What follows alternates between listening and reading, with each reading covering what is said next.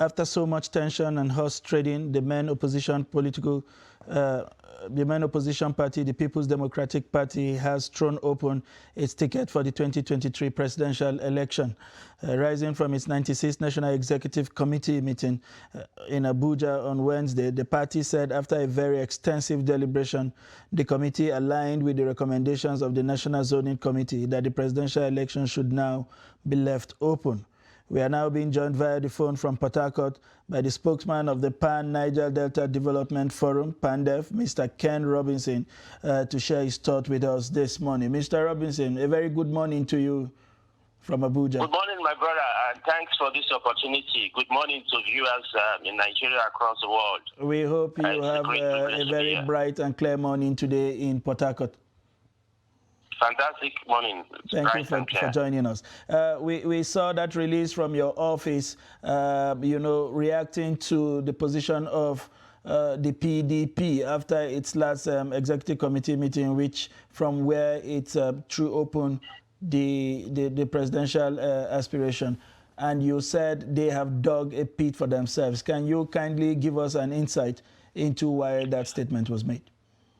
It is unfortunate that the People's Democratic Party decided to uphold the recommendations of the governor, autumn recommendations of his zoning committee, throwing open the presidential contest for the party's ticket. And it's sad that this is a party that its constitution clearly commits it to the policy of zoning and rotation of party offices and, of course, public elective offices in pursuance of maintaining and respecting the fundamental principles of equity, fairness, and justice. And the current chairman of the party, Senator Ayu, emerged on the basis of zoning. And that is why we had only not just northern candidates, but it was microzone to North Central. And he was imposed on the party, as it were, to serve, now we believe, to serve specific interests. And from the Utom Emmanuel's committee to date, it seems clearly that a written script was handed over to them, and it has ended in what they have done. It is unfair, it's unacceptable. The PDP had respected zoning from its foundation, since its foundation in 1999. And most recently, in 2018, we had a situation where only northern aspirants contested for the party's primary because it was zoned to the north in 2018. And for them to turn around and somersault and jettison that policy now is clear indication that they don't believe in the peace, unity, and progress of Nigeria. Okay. Now, we're also seeing that the Southeast is going to boycott, polls. Does this mean they're not going to vote in the coming elections? We will not, PANDEF does not agree to any boycotts. This is our country. Rather, PANDEF will mobilize our people to ensure that we punish the PDP. What the PDP is doing is clear. We know that there is a hand behind directing the party, and the destination is known. As far back as December 2021, we had known that this is what they will do, and this is the direction that they are going, and the final destination is known. We cannot continue like this in Nigeria. The presidency of Nigeria is nobody's birthright.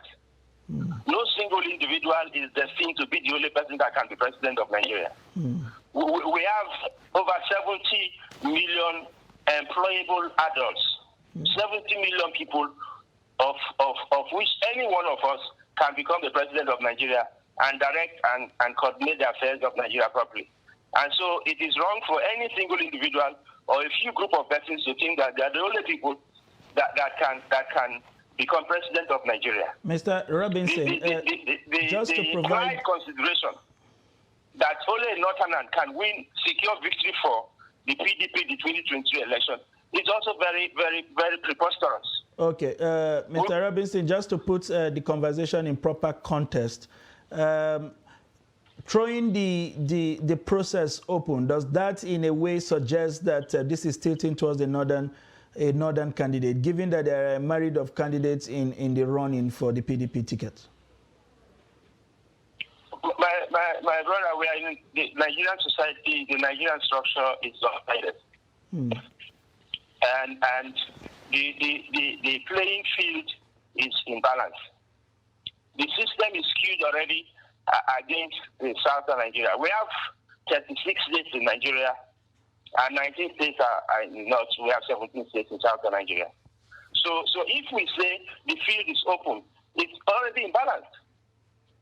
And that is why, at any time, these issues of zoning and rotation are arrangements put in place for the peace and stability of this country. I was going to say that there have been insinuations, opinions, or arguments that zoning, PDP should consider winning an election or zoning. Choose between winning an election and zoning. The implication there, the implied consideration is that it's only Northern that can give PDP victory in 2023 election. Do we need to remind the PDP that Chief Olusegun Obasanjo, who won election for PDP in 1999 and 2003, is not a Northerner? Goodluck Jonathan won election for the PDP in 2011. He's not a Northerner. We are a country. We have existed because we are one people, because we, at some point, will say, okay, this is the way we should do things. And people reach understanding. And so for anybody to become president of Nigeria, as the Constitution clearly says, you need to secure 1/3 of votes in 2/3 of the states of a country. And that clearly is to bring about inclusiveness and collectiveness so that a president represents every part of the country. Okay. The PDP should know that it cannot become the next president of Nigeria, jettisoning the issues of inclusion, the issues of fairness, equity, and justice.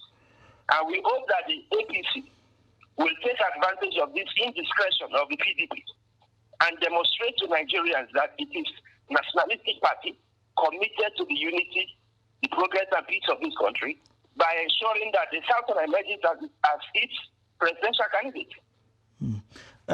In saying these things, Mr. Robinson, do we completely jettison the place of population? Some have argued that the political calculations as it is today, it's of a different dimension. If you must wrestle power from the ruling party, then you must be looking at something that would be able to give you the numbers to do so, rather than just pander to the arguments of zoning. That is on the one hand.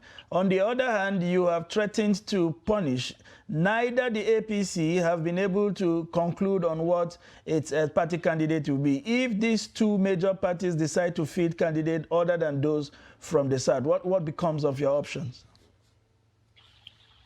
Now, I will look at the issue of population first and clearly say that it is not necessarily a candidate from one particular section that will give victory to a party.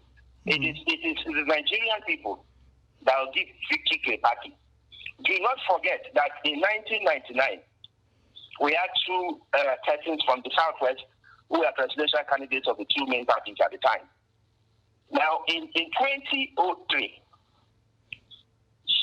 the present president, that is Muhammadu Buhari, contested against Olusegun Obasanjo.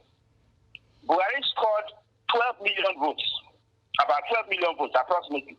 He didn't win the election, and he contested against the Southerner. In 2007, President Muhammadu Buhari contested against Yar'Adua of the PDP, and he scored about 6 million votes. He didn't win the election.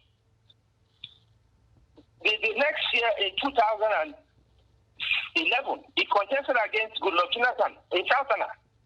He secured about 12 million votes. He didn't win the election. It took by a kind of a collaboration, a partnership with the rest of the country for him to win the election in 2015.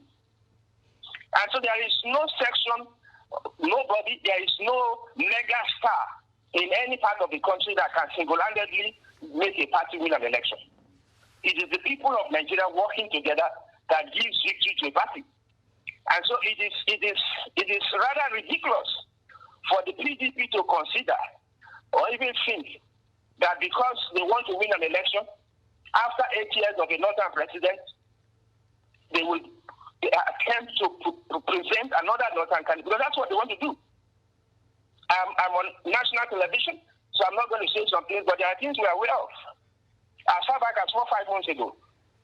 And we are saying that Nigerians should prize the unity of this country above the selfish political interests of a few persons.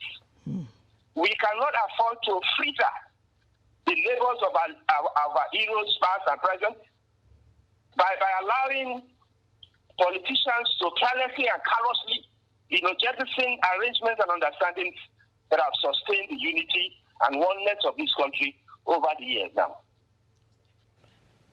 I would have loved you to also address the second question. Should the APC, as you have rightly mentioned, decide to also go the way of a candidate other than one from the south, what then becomes the option of PANDEF? If the APC also decides to do what we think the PDP is attempting to do, and the two major parties in the country present persons from the northern part of the country, no matter who they are, the message to us, the Niger Delta people, the message to southern Nigeria as a whole, the message to all minorities in Nigeria, including minorities of the north, is that what you think and how you feel do not matter. And the clear statement implies meaning of that is that to hell with what you think, and then for us we'll begin to think clearly that then we don't belong in the Nigerian state. When you talk about thinking clearly, Mr. Robinson, one would say that why is it that it is only at the eve of elections that we get these conversations around zoning? What happens after a candidate emerges where consensus building, it should have happened? We don't see that kind of efforts, these agitations, long before we come to this period where it suddenly comes up, it becomes a very hot issue, and once the elections are done, we seem to return to our cocoons. That's one. The other set of observers would say that where was this argument when Goodluck Jonathan was the president of Nigeria? Why was this kind of argument not canvassed? At that time, when he succeeded a president who seemed to have passed on, why it was supposed to be the turn of the power returning to the South. How do you respond to this argument?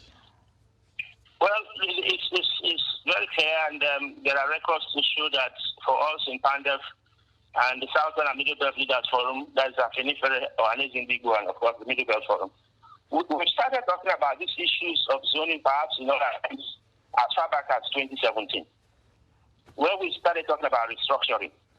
Restructuring is about fairness. Restructuring is about balancing, correcting the imbalances in the structure of Nigeria, correcting the lopsidedness, and correcting our biases and attitudes in the conduct of affairs of the Nigerian state. That's restructuring.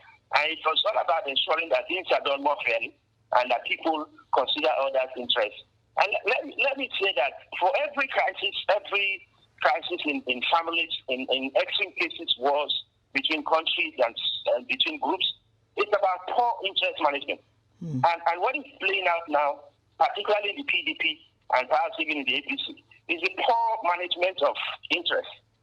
And anytime this poor management escalates to some point, you have a full-blown out crisis, and the next thing is war. And we hope that Nigerians will understand that we cannot afford to throw this country beyond the present challenges we have. And so we need to manage interests, the various interests, properly. Now, having said that, when Goodluck Jonathan unfortunately went Umaru Yar'Adua passed, there were consultations across Nigeria. I am aware that at that time, various interest groups, even strong interest groups in northern Nigeria, thought that there was need for continuity and that Jonathan should continue. I'm aware of visits that were made to leaders at various points in this country, and there was a consensus that he should continue. And the outcome of the 2011 elections clearly speaks to that fact. And so there was no imposition There was no display of arrogance of any kind. It was a clear understanding that was achieved through